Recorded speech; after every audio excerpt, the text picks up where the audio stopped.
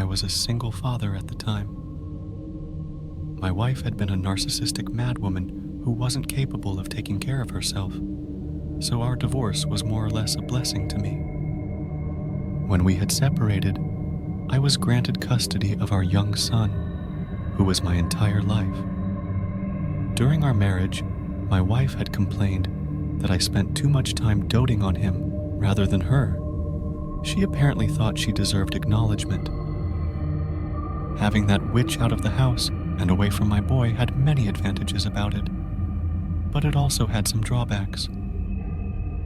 I was working all the time. So often I would hire a babysitter or call my parents and see if they could watch my son. I usually tried to get my parents to do it, but every now and again I had to settle with Marcy, the only babysitter who was ever available on short notice. I never particularly liked Marcy, as she was always a bit on the irresponsible side. Marcy would often spend most of the time babysitting on the phone rather than paying attention to my child, and every time she saw my car pull into the driveway, she grabbed her things and left through the back door. She was a pain, but she was all that was available. One night, I stepped into my home and I called her name, but there was no answer. I assumed she must have left through the back door again, so I paid no attention to her lack of answer.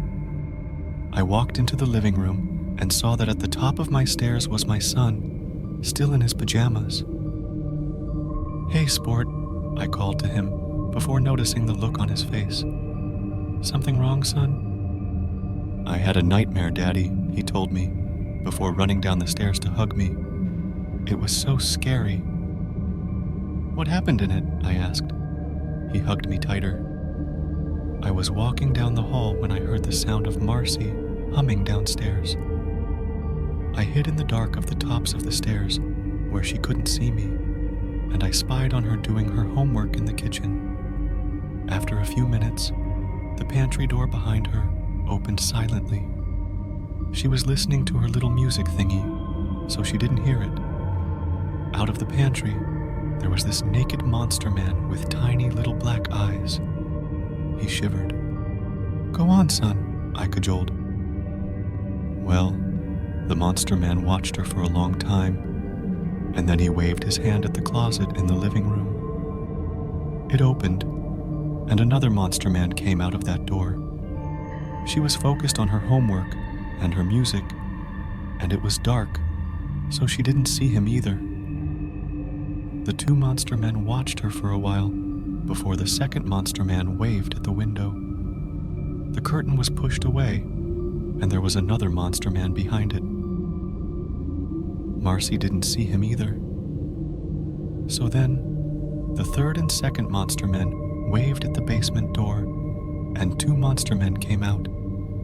I was so scared, Daddy, but I tried to be quiet and none of them saw me. They all watched Marcy for a few minutes before the one right behind her started growling. She didn't hear it. It growled louder. She made a face and blinked. I was praying that she wouldn't turn around, Daddy, but she did.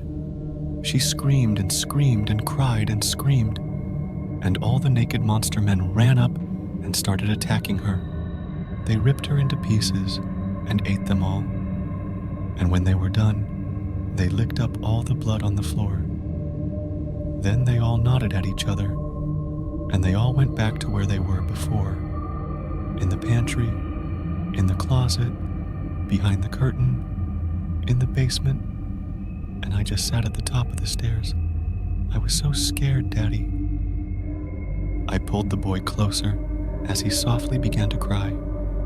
I gave him a soft kiss on the cheek as I tried my best to comfort him.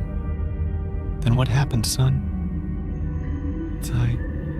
I went to leave and get the neighbors to help. I thought that if I ran fast enough to the door, they wouldn't catch me. I ran as fast as I could. But they all jumped out at me, Daddy. They were so scary. They grabbed me and were about to eat me when... "What happened, son?" He stuttered as he attempted to weep out the rest of the tale. You can tell me anything, son. What happened? I stroked his hair as he began to compose himself. I told them that if they let me go, I would stall you when you came home, so they could get you too, Daddy, and spare me. All was silent for a moment, and in that moment, I could hear a series of doors opening all around the house. My son buried his face in my chest. I'm sorry, Daddy,